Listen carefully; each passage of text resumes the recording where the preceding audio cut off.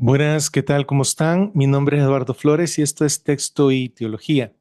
En este video vamos a ver quién realiza la unión matrimonial, en qué momento se realiza y vamos a revisar tanto pasajes del Nuevo Testamento como del Antiguo Testamento porque lo que se realiza en el acto del matrimonio, en la ceremonia, es un voto solemne delante de Dios, un voto solemne delante de Dios, lo cual Dios lo toma muy en serio.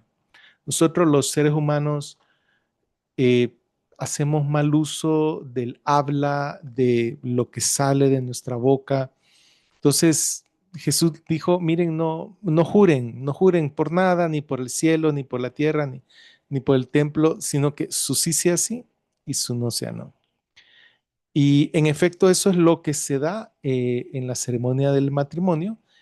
El varón dice sí, lo acepto, y la mujer dice sí, ¿verdad?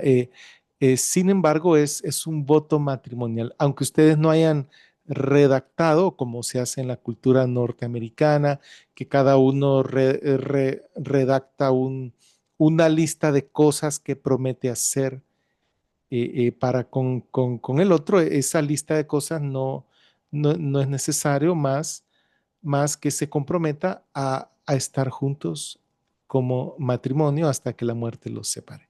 Entonces vamos a revisar estas cosas. ¿Quién realiza la unión matrimonial? ¿Cuándo se realiza? ¿Cuánto dura esa unión? ¿Y cómo se disuelve? Son cuatro preguntas muy, muy importantes. Así que vamos a ir de regreso al Génesis. Génesis 2:24 dice, por tanto, dejará el hombre a su padre y a su madre y se unirá a su esposa y serán una sola carne. Jesús en Mateo dijo, Mateo 19:9, y contestando les dijo, ¿no han leído que el Hacedor desde el principio los hizo hombre y mujer? Y dijo, dos puntos, por esta razón el hombre dejará a su padre y a su madre y se unirá a su mujer y los dos serán una sola carne. Entonces ya no son dos, sino una sola carne. Por tanto, lo que Dios unió, que no lo separe el hombre. Ese se unirá a su mujer está en futuro pasivo indicativo. Es decir, que se puede traducir y será unido en el futuro. Él será unido a su mujer. Sería un futuro como inmediato, ¿verdad? Porque estamos hablando del acto matrimonial. Dice, será unido a su mujer. Es decir, está en pasivo. No es el varón el que realiza el acto de la unión, porque aquí no está hablando de la unión física. Está hablando del vínculo matrimonial. Y será unido a su mujer. ¿Quién hace la unión si no es el varón? Entonces, lo que Dios unió, obviamente Dios hace la unión. Lo que Dios unió, que no lo separe el hombre. Esto está en presente activo imperativo. Es decir, es un mandamiento, es un mandato de parte de Jesús. Lo que Dios unió, lo que su Padre unió, que no lo separe el hombre. Por eso, el divorcio no es la voluntad de Dios. Sí hay momentos en los cuales puede haber una separación, digamos, geográfica, física, en la cual la mujer se va de la casa por un tiempo, y esto lo contempla Pablo en 1 Corintios capítulo 7, y dice, pero esto les digo, pero no yo, sino el Señor, que la mujer no se separe de su marido, pero si se separa, dice, que, que se mantenga soltera sin volverse a casar o que se reconcilie con su marido. Entonces aquí tenemos el futuro pasivo indicativo será unido a su mujer y el presente activo imperativo que no lo separe el hombre. Marcos 16 dice, pero desde el principio de la creación, Dios los hizo hombre y mujer, y por esta razón el hombre dejará a su padre y a su madre y se unirá a su mujer, y los dos serán una sola carne. Así que ya no son dos, sino una sola carne. Por lo tanto, lo que Dios unió, que no lo separe el hombre. O sea que Mateo 4, 19:4 y Marcos 16 son paralelos y dice exactamente lo mismo. ¿Quién realiza la unión matrimonial? Dios, no el ser humano, eh, no el Estado, o si está en aguas internacionales, no es el capitán del barco, porque hay gente que se casa en aguas internacionales y quien los casa es la autoridad absoluta en el barco, es el capitán. Pero entonces no es un ser humano, no es el sacerdote, el cura, no es el pastor, el que realiza la unión matrimonial es Dios. Claro que estamos dentro de un contexto de que pertenecemos a una congregación. Entonces, es importante que tanto ya sea el líder religioso, sea el que oficie la ceremonia, pero no es él el que realiza la unión matrimonial. Tampoco es el varón el que realiza la unión matrimonial. El novio no la realiza, sino es Dios el que la realiza. Cuando se realiza, y esto es importante, porque hay quienes piensan que cuando hay relaciones, es que ahí, no, ya se unieron en matrimonio. Y no, relaciones es una cosa, el voto matrimonial es otra cosa. Números 31. Y Moisés habló a los príncipes de las tribus de los hijos de Israel, diciendo, esto es lo que Jehová ha mandado. Cuando alguno hiciere voto a Jehová o hiciere juramento ligando su alma con obligación, no violará su palabra, hará conforme a todo lo que salió de su boca. Esto tiene que ver con eh, aquel atributo divino que es que Dios no miente. Entonces, todo lo que sale de la boca de Dios es veraz, es verdadero, es justo, y lo que es, cuando dice Dios no es hombre para que mienta o varón para que se arrepienta, ¿verdad? O sea, lo que él dice lo cumple. Entonces, él quiere que su pueblo, en este caso los judíos, el pueblo judío, y por aplicación también a nosotros, que cuando hagamos un voto, que no violemos nuestra palabra. Pero también Deuteronomio. Ambos libros, Levítico y Deuteronomio, forman parte del Pentateuco, de la Tanakh, de la Torá. Cuando prometieres voto, este es Deuteronomio 23:21. Cuando prometieres voto a Jehová, tu Dios, no tardarás en pagarlo, porque ciertamente Jehová tu Dios lo demandará de ti y sería pecado en ti. Mas si te abstuvieres de prometer, no sería pecado en ti. Aquello que hubiere salido de tus labios, lo guardarás y lo cumplirás. Aún la ofrenda voluntaria conforme lo prometiste a Jehová tu Dios, lo cual prometiste con tu boca. Y aquí está hablando de ciertos votos religiosos que la gente hacía delante de Dios. Eh, y Dios lo tomaba muy en serio. Entonces, en la ceremonia, tanto el hombre como la mujer hacen un voto matrimonial delante de Dios. Y eso es lo que Dios dice, lo guardarás y lo cumplirás. Jehová tu Dios lo demandará de ti, sería pecado en ti. Eclesiastés 5:4. Aquí este es un libro que forma parte de la parte de los libros poéticos. Y entonces una reflexión de Salomón con respecto a lo que ocurre debajo del sol. Y, y bueno, él llegó a, a ser idólatra porque él se inclinó delante de otros dioses al final de su vida.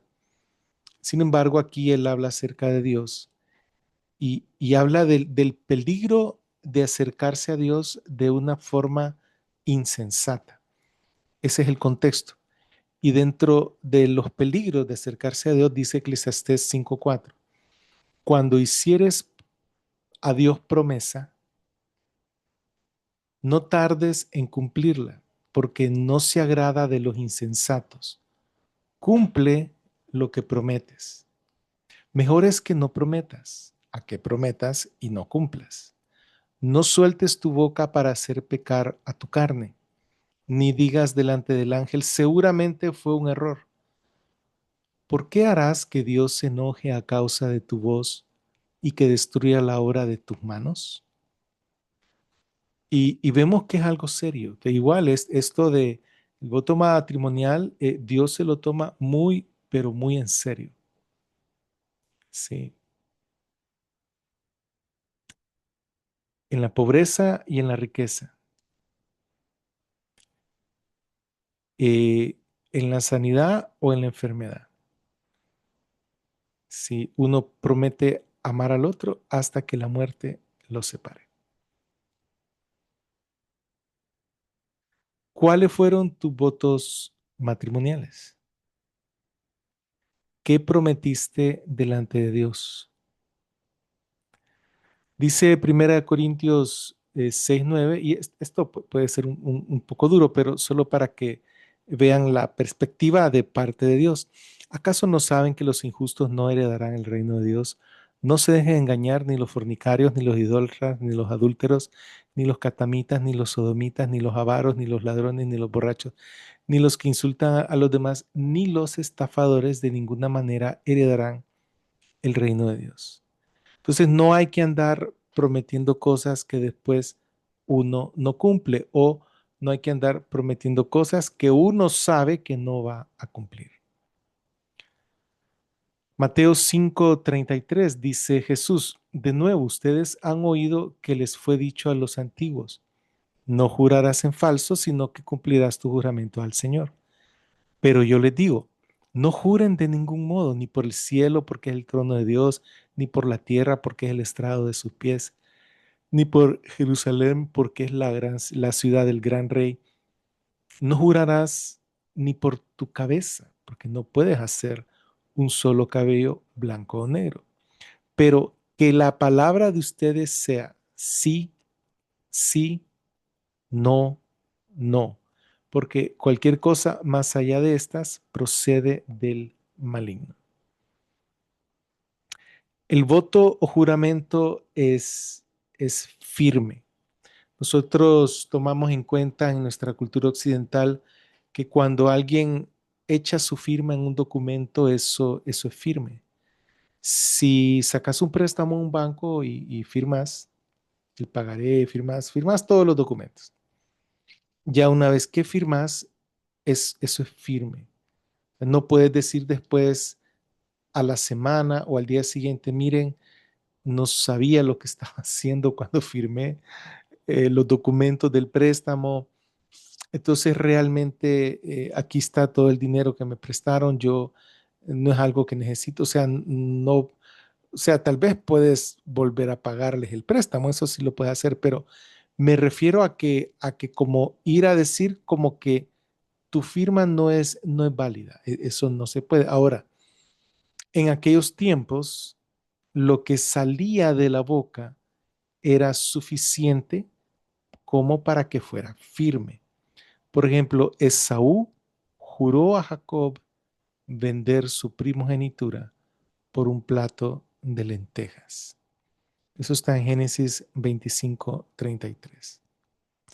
La bendición de Isaac a Jacob fue firme. Yo le bendije y será bendito. Fue la respuesta que le dio Jacob a Esaú cuando perdón, la bendición sí, fue cuando Isaac bendijo a Jacob en lugar de Esaú, aunque fue por un engaño, pero fue firme la bendición de Isaac a Jacob, aunque hubiera sido por engaño. Yo le bendije y será bendito. Este es Génesis 27:33. Hay otro ejemplo, el juramento de paz con los Gabaonitas fue firme. Lo pueden buscar en Josué 9 del 15 al 18. El matrimonio es una institución divina universal.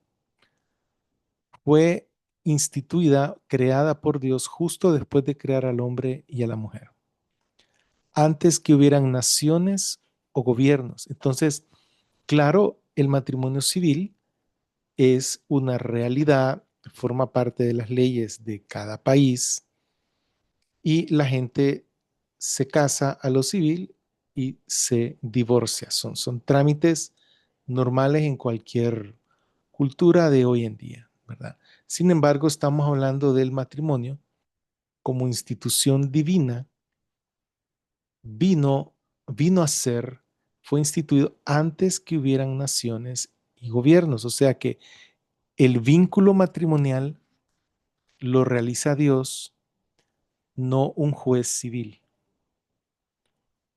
Eh, antes que existiera Israel, solo estaba Adán y Eva como representantes de toda la humanidad. Entonces no es que tiene que ser una, un sacerdote judío el que te case y ese es el único matrimonio que valga. Antes que existiera la iglesia. Entonces no es que tiene que ser un cura, es que si no te casaste con un cura o si no te casaste con un pastor, entonces no te casaste delante de Dios. No, no necesariamente, porque esto fue instituido por Dios antes de la existencia de Israel o de la iglesia. Abarca a todo género humano en todas épocas y geografías.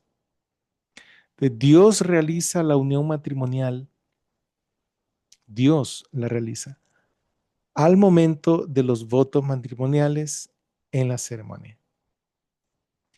El voto matrimonial es firme y no se puede cambiar. ¿Quién realiza la unión matrimonial? Dios. Cuando se realiza durante la ceremonia, cuando el varón dice sí acepto y la mujer dice sí acepto. Ya una vez que se realiza ese voto delante de Dios, no se puede cambiar. ¿Cuánto dura y cómo se disuelve el vínculo matrimonial? Romanos 7:2 dice, por ejemplo, una mujer casada está ligada por ley a su marido mientras él vive, pero si el marido muere, ella queda libre acerca de la ley del esposo. Ahora pues, si ella se casa con otro mientras su marido vive, ella será señalada como adúltera.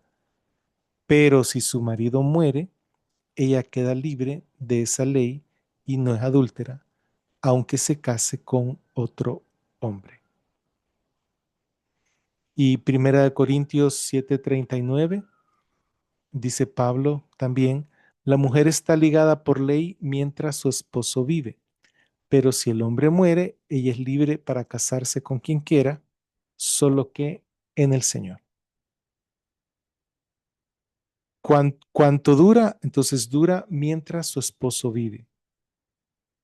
Eh, del vínculo matrimonial dura mientras el cónyuge está vivo. Dios realiza la unión matrimonial al momento de los votos matrimoniales en la ceremonia. El voto matrimonial es firme, no se puede cambiar.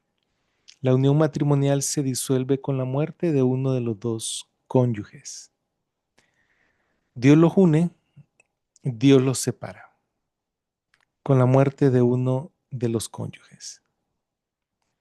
Entonces, ya vimos estos puntos, estos 4 puntos que son bien, bien importantes.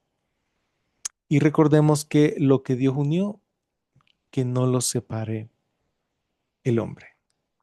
Y así son las cosas. El voto matrimonial es un voto que se hace delante de Dios en su presencia. Él lo toma muy en serio.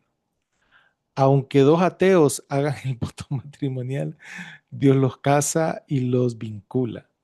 Entonces, es una realidad que es difícil que la gente acepte. Ahora, si el vínculo matrimonial, si Dios obedece a los jueces de la tierra, sería diferente. Si Dios obedeciera a que un juez declara y pone la firma estampado, bueno, son marido y mujer y pone ahí su estampa, el sello de abogado o de, no sé, de la autoridad civil, y Dios dice, entonces, ahorita los voy a unir porque el juez dijo, los une. Y después esta pareja, 5, 10, 15 años más tarde, va a donde el juez y le dice, mire, solicito un divorcio por tales motivos. Pues dice, sí, es uno de las causas de divorcio, está bien. Y lo divorcia, y entonces Dios viene y dice, bueno, sí, si el juez lo divorció, entonces a mí me toca divorciarlo. Es decir, disolver la unión matrimonial. No es así, ¿verdad? ¿Por qué no es así? Porque Jesús dijo, lo que Dios unió, que no lo separe el hombre. De esto, este tema que estamos hablando acerca del matrimonio es de mucha importancia. Um, yo pienso que la permanencia del matrimonio es lo correcto. Sin embargo, no se puede combatir al divorcio con más divorcio. No estoy diciendo que la persona que de repente comprende esta situación, ¿sí? Puede ser un divorciado entre nosotros. No es que tiene que divorciarse y regresar con la primera esposa, abandonando a la mujer con quien está ahorita, sea que tengan hijos o no tengan hijos. No, no se trata de eso, sino que se trata de asimilar que uno pecó y confesar el pecado delante de Dios. De eso es que se trata, ¿sí? En el tiempo de Salomón, todos los pecados del pueblo de Israel estaban en stand-by, en espera a la venida del Mesías. Pero ya viniendo el Cristo, Jesús de Nazaret, Él derrama su sangre y su sangre nos limpia de todos los pecados, nos limpia de todos los pecados. La sangre de corderos, de becerros, no limpia los pecados ni la conciencia de nadie. Pero la sangre del Mesías, dice el libro de Hebreos, sí es eficaz y en efecto hace las dos cosas. Limpia los pecados, o sea, perdona los pecados y limpia la conciencia del que se acerca a Dios. Y claro, uno peca durante el resto de la vida, uno va a seguir pecando. Dios no quiere que uno peque, pero uno peca. ¿Por qué? Porque uno es un ser humano, está en medio de tentaciones de la carne, tentaciones de Satanás y en un mundo que lo jala a uno a hacer lo que el mundo quiere que uno haga, no lo que Dios quiere. ¿Sí? Y bueno, está la voluntad del Padre, el poder del Espíritu Santo y Jesús que vive en nosotros, que combate contra cada una de esas tres áreas, pero uno peca. No peca sino todos los días, toda la semana, o por lo menos todos los meses, ¿no? O sea, no hay nadie que sea perfecto y nunca peque, eso no existe en este mundo. Entonces, uno que ya recibió el perdón eterno de sus pecados, al momento de pecar, la conciencia de uno se mancha. Uno sabe que pecó, porque inmediatamente el Espíritu Santo señala el pecado. De ahí donde aplica el primer capítulo de la primera carta de Juan. Si decimos que no hemos pecado, le decimos a él mentiroso y su verdad no habita en nosotros. Pero si confesamos nuestros pecados, él es fiel y justo para perdonar nuestros pecados y limpiarnos de toda maldad. Esto les escribo, dice Juan, Dios no quiere que pequen, pero si pecan, tenemos un abogado defensor, Jesucristo, delante del Padre. Entonces Dios no quiere que lleva una vida de pecado, ¿sí? Sí, y ustedes pueden ir aplicando esto a este tema. Dios no quiere que llevamos una vida de pecado, pero si pecamos, Dios quiere que confesemos el pecado, no para que Él, no para volver a tener la salvación, porque la salvación es vida eterna. ¿Cuánto dura una vida eterna? ¿O solo dura el momento que la recibo hasta que vuelva a pecar? Y después quedo con muerte eterna.